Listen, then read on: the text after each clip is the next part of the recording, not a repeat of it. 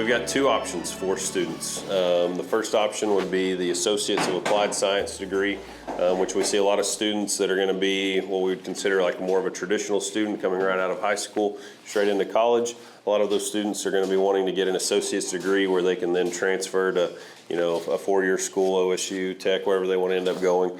And so we offer the two-year associate's degree, and then we also offer a one-year certificate degree, which is just it is literally just meat processing classes. There are no other gen eds that are associated with that certificate. And so that's just all the basic intro classes and then some of the like advanced slaughter type classes that we also offer. So. What kind of an age range do you have on your students? Oh. Fresh out of high school to, how old is service? I'd hate to ask Marty exactly how old he is. 59. 59. We see a wide age range. I mean, Curtis is probably the oldest student we've got. I'd say he's probably in his 60s. So we see a lot of people. Maybe we get a lot of non-traditional students that maybe they've retired from one career and they're looking to learn a new skill trade that want to go do it either for themselves or maybe a processing type facility. So yeah, very, very wide range demographics there on students. What kind of jobs can they expect to hold after they're done? So we'll have students that they'll want to either go the inspection route and either do state inspection or USDA inspection. But we also, probably since COVID hit, just since we saw that big gap in supply chain issues that we went through, meat processing is a degree and a trade that has really gained a lot of traction just in the last 3 years. So we've got students that, we saw a lot of new plants pop up. They're still, coming on board as we speak, being built.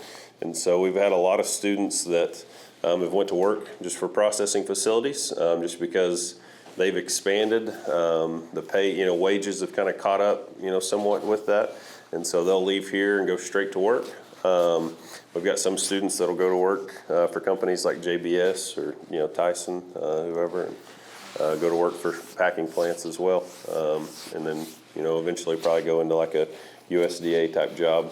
We've got one student that's working on becoming a USDA grader right now. So how has the meat judging team done this year? the meat judging team, it's been good.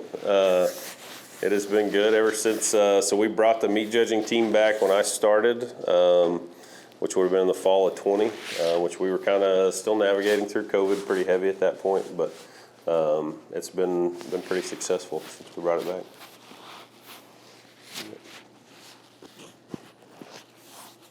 All right, any other questions before we get started? All right, very good. So what we're going to do, just to kind of make this tour go the way that product essentially would typically flow, is we're going to just walk completely through the facility, and we're going to start at the very far end, and then we'll work our way all the way back and end back right here. All right, so at this end of the facility, this is where all of it's going to start. Everything begins back here. I went ahead and opened that door. There's not just a tremendous amount of space out there, but if y'all want to look at kind of like what our holding pens look like as far as for bringing in live animals and holding them overnight, you can step right out through that door and kind of see those. So this is our kill floor, or I guess maybe in more today's terms, our harvest floor. This is where we're going to bring livestock in, and this is where students that first semester, they're going to be back here. They literally get to see, it's a very hands-on degree. They're going to get to participate in everything because essentially this is one of the most important steps for food safety and sanitation. If our procedures aren't done correctly back here, that's where we take a big risk as far as transmitting, for example, E. coli is something big that we deal with in meat processing. And so our procedures back here, if they're not done correctly, it's just going to continue and send it all the way through the facility. So we spend a lot of time back here, students, starting in August, usually mid-August. We'll start back here and book harvest dates for beef, pork, and lamb. Those are usually the three species that we kind of focus on. And so they'll get to see, all the steps to slaughter for beef, pork, and lamb.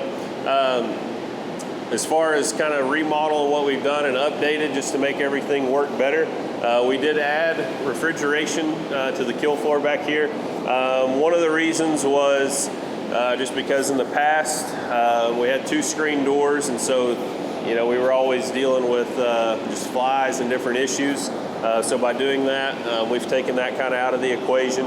And also it works as a backup. If something was to happen to our hot box and our holding cooler, we can actually bring this room below 40 degrees if we needed to keep carcasses and meat products from spoiling or going bad. And so you can see like our knock box right there. As far as what we would do, we'd start the process right there. Our inspector would evaluate them on the hoof. Then we would knock the animal, and once we'd removed and taken the head off, that's where they're going to actually perform the inspection process and incise lymph nodes and check everything to make sure that animal is free of any reason why we wouldn't be able to have it for meat consumption. Any questions so far back here? Or well, so we do have so our off-all room back here as well. We've got a cooler in there. That's where we're going to store any of our off-all or our inedible products. And having that cooler back there, again, it just kind of helps us cut down on any flies. I'm sure it kind of has the smell back here right now, but I can assure you it's not as bad as it once was. So that kind of just helps from that aspect. Keep everything a little cleaner, a little more sanitary. We do have the ability to scald hogs. Typically, we just use the skinning process now, but for judging purposes, we do scald hogs from time to time just because that's how they're going to see it done at like a larger facility. So we do scald hogs, usually just for interscholastics when we have our 4-H and FFA contests, and then also for judging camp in the summer. Yeah.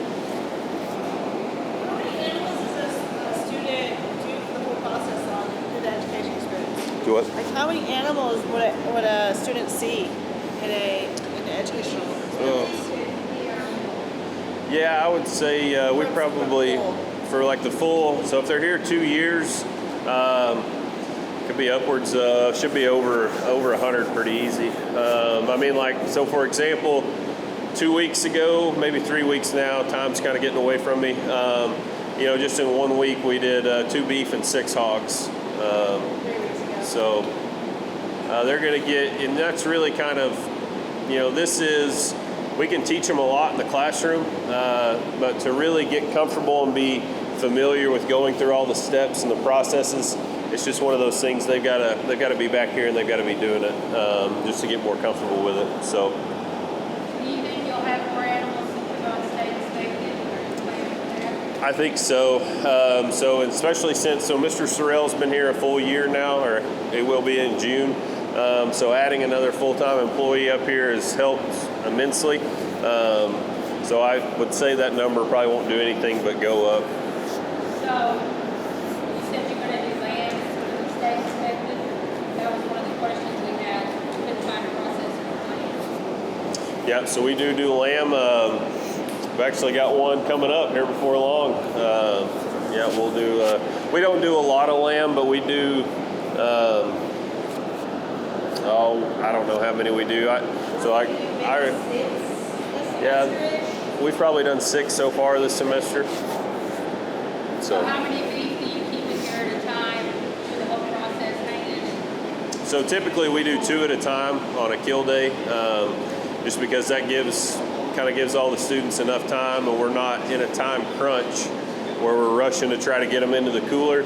It gives all the students enough time where they can practice, they can see and do, see, touch, feel. Really probably our max capacity for our holding cooler, we had, 4 beef and 6 hogs in there, and that's... So how long do they stay in there? So pork, we're usually they essentially going to be in there long enough for the carcass to cool down before we can start processing them. Beef, it kind of depends on the customer. We don't really let anything hang past 14 days. Some people ask for it, but we just run into a lot of issues with like mold growth and stuff. So usually about 14 days is max for us on hang time. Yeah.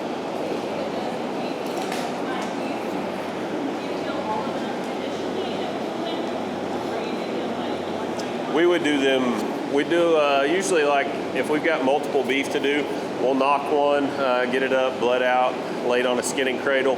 We'll roll it over here, bring another one in, knock it, get it down on a cradle. Because like last semester we had 14, 15 kids in one lab. And you get that many students up here, you know, everybody's got a knife and they're ready to go. They want to use it. So usually we'll lay a few down and kind of get them on cradles spread out. That way everybody's got somewhere to work.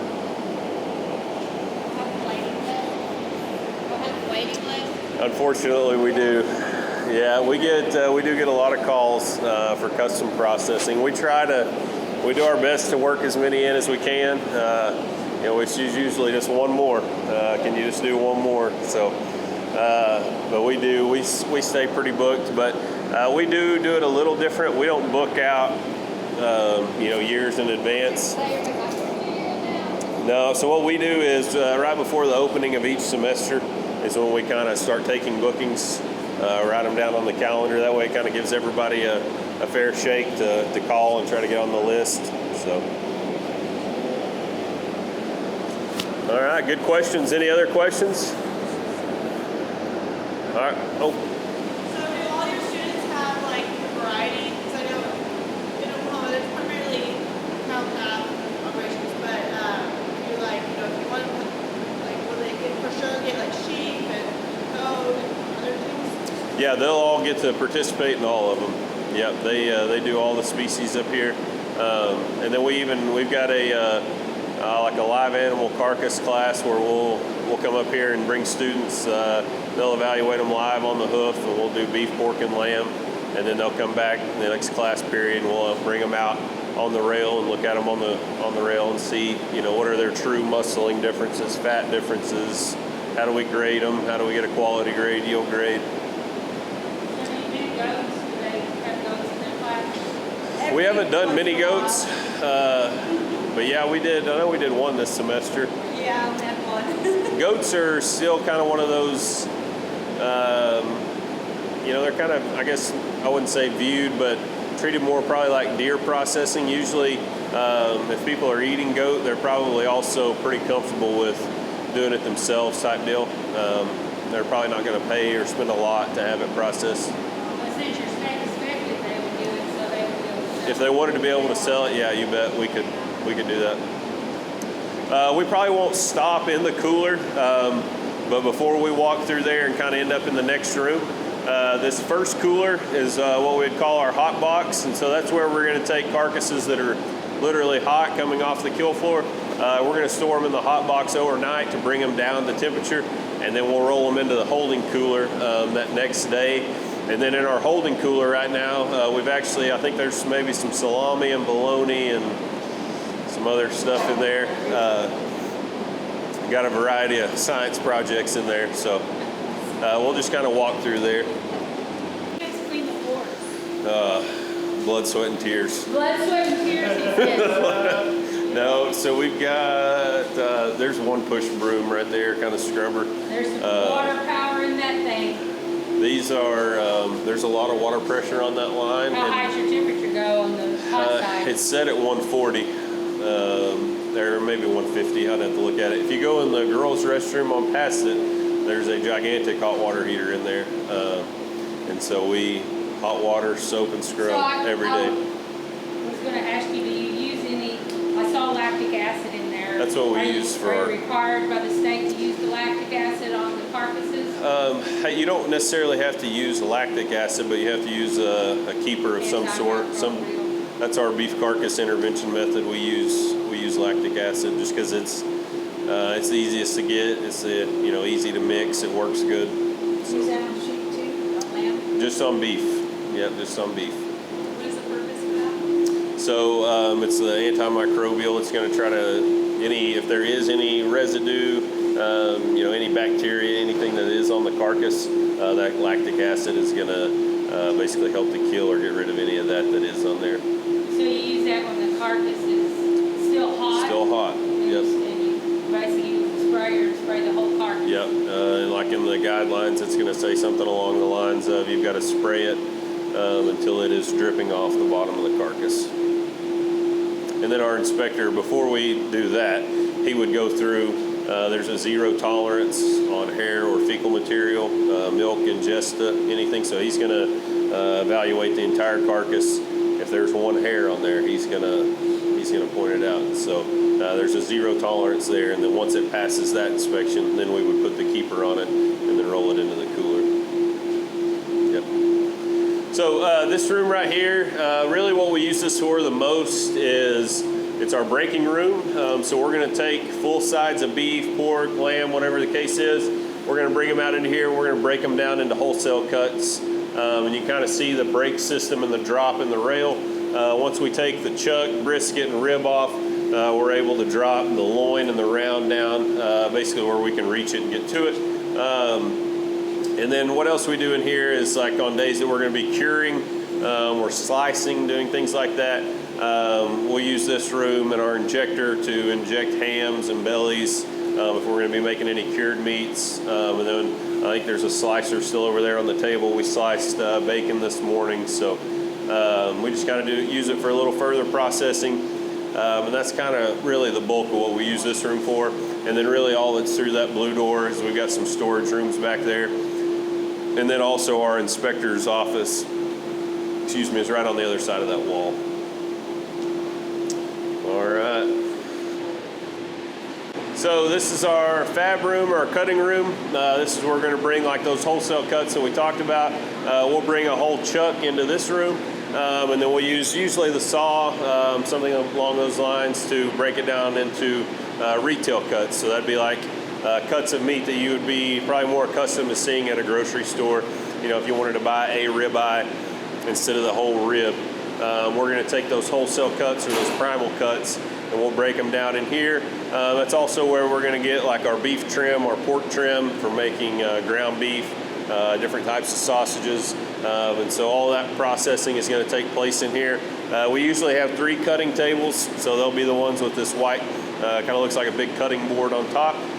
We'll use those. Once we received that grant, so we were able to kind of update some of our equipment that we have. On the back side of the wall, we do have a new mixer grinder, and we've also got a vacuum stuffer.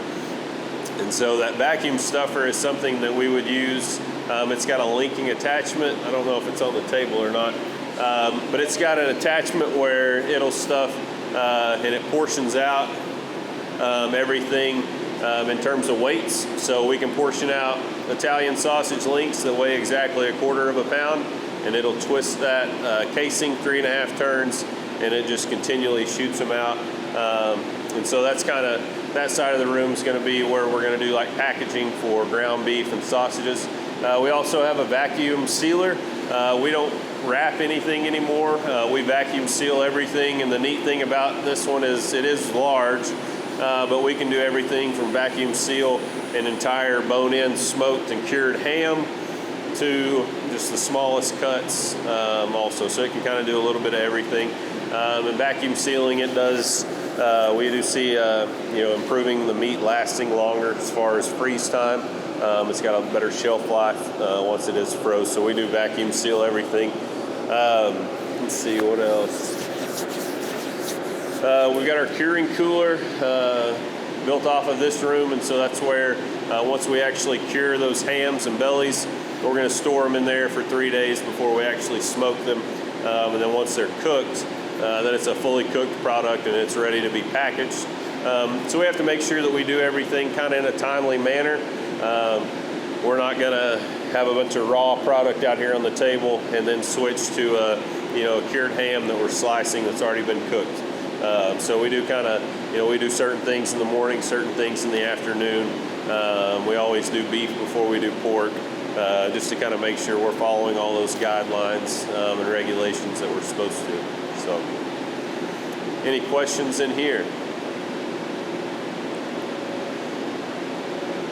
It is a little colder than it used to be. We did switch to a rack refrigeration unit instead of individual units. So behind the meat lab, it looks like a gigantic unit that you would have one small one sitting outside your house.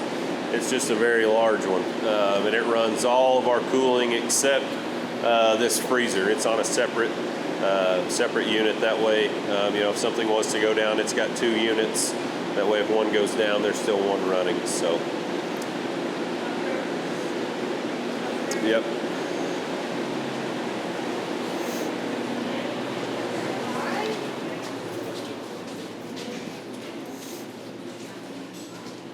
Oh, it's warmer in here. It's a lot warmer in here. We just got done smoking bologna in here. We didn't share the belongings. That was in the. It's not chilled yet, or I'd let you try some.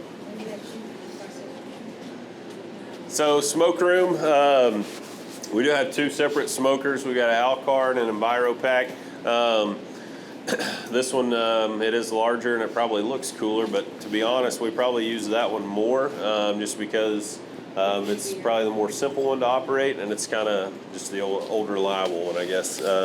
But they both work really good. We use kind of like that sawdust shavings, hickory is what we use to run our smokers. And like they said, we did today. We smoked some salami, we cooked some bologna, and so we've been using them quite a bit in the last few days. We've also got a vacuum tumbler right behind you too, and so we use that for.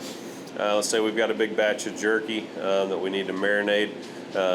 Instead of just letting it set in that marinade overnight or something like that, we can throw 50-pound batches in there, vacuum tumble it for an hour, and most of the liquid's going to have been absorbed into that meat, and so it kind of makes some of those processes go faster. And then we keep some packaging, and then we've got a separate freezer in here just so if we need to keep our that big freezer out front has actually got a divider wall in the middle, so it's basically 2 freezers just connected. But we do have this one as well if we need to keep our inspected meat separate from, custom exempt or boxed beef, something like that. So we've got a little more storage room there. So in the classroom, we do have 2 dry storage rooms. We do have to keep everything stored kind of up off the ground. The spice room is to my left. And then just like spare parts, vacuum seal bags, shavings, a lot of spare parts because there's a lot of equipment back there. So that's really pretty much all we've got here. And then we also keep like our frocks and hair nets, things like that, stored back here as well. And so that's, I guess in a nutshell, a quick tour. That is the Eastern Oklahoma State College Meat Lab. If you guys have any questions, I'd be happy to answer them for you. Where do you store your chemicals? Our chemicals. So they're going to be stored, most of those are going to be stored in like our custodial closet minus the lactic acid. We keep it stored in the office there just because we keep that door locked if nobody's up here. So what do you sanitize with? We use Aquasol, and so that actually in the off-fall room, we've got a 55-gallon drum that we keep Aquasol at the back, and that's kind of our solvent or our detergent that we use cleaning kind of every day. And then bleach. So do you bleach your knives and stuff, or how do you clean them? Hot water. How hot? 150. Is it one? I can remember if it was 140 or 150. Yep. And then I should have said also on the kill floor, we do have our sanitizer dips back there. Or Yeah. something. Yeah, they're basically, it looks like a little stainless steel tank, fill it up with water, plug it in, and it gets just shy of boiling. And so we use those, and that's per the inspector too. We do have to dip and keep those knives clean, and you cannot wash your hands enough while you're on the kill floor. So. And Logan, are y'all one, there's only you and one other school, right? Oklahoma State's only 2 schools left that you can actually get out here and get a certification or degree in meat processing? Yes, that's as far as I know. I believe Panhandle State has, I know we had some people from Weatherford.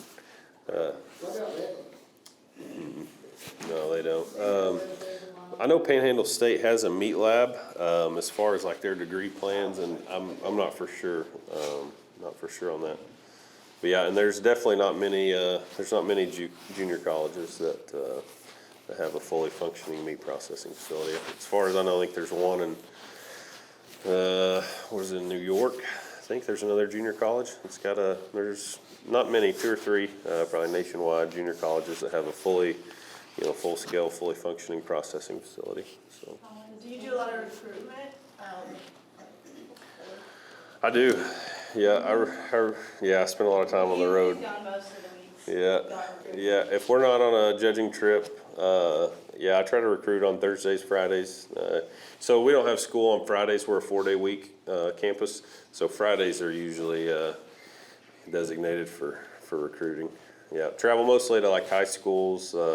Visit different ag ed programs. Conference, Yeah. OIE. Do you have scholarships? We do. So Eastern, we are fortunate where the institution itself offers academic scholarships, and then we also have a separate foundation account where the Ag Division itself, we've got the opportunity to offer scholarships to students as well. How long does the program last? How long does it take to get a degree? You can do the 1-year certificate, or we have a 2-year associate degree. So we offer an Associates of Applied Science, where like if a student wanted to transfer to Oklahoma State or somewhere, they'd Very rarely does it have to be set up. 2.5. So what can you do with the certificate? So with the certificate, that student would be, okay, so for a prime example, we've got 2 students that are getting ready to graduate with a certificate. They've been here for 1 year. Our inspector, he's been very, very pleased with, how they work, how they do, just how they kind of conduct themselves. And so they're going to be, they'll be able to go if they want to. There's several processing facilities around us that would love to hire them yesterday. And they're going to be able to start out at probably a, pretty higher rate per hour. So they're just going to be kind of in a better position there. And then also to work up too into more of those management type roles. They'll have the kind of the background needed to kind of work up, so. When the students enroll in the meat classes, are they required to buy their own knives and utensils, Nope. equipment, or can you furnish them? The only thing that we have them bring with them, we furnish a set of knives. They're gonna have 3 knives that comes with that first set. A skinning knife, a boning knife, and then what we call a breaking knife, kind of a larger knife, and then scabbard, steel, all that good stuff. We have aprons, frocks, all that stuff that they'll need here. The only thing that we ask them to bring are the rubber boots, just because everybody's kind of got their own preference as far as what they like to wear. So we do have them bring their own rubber boots, and then once they finish the program, they take that set of knives with them.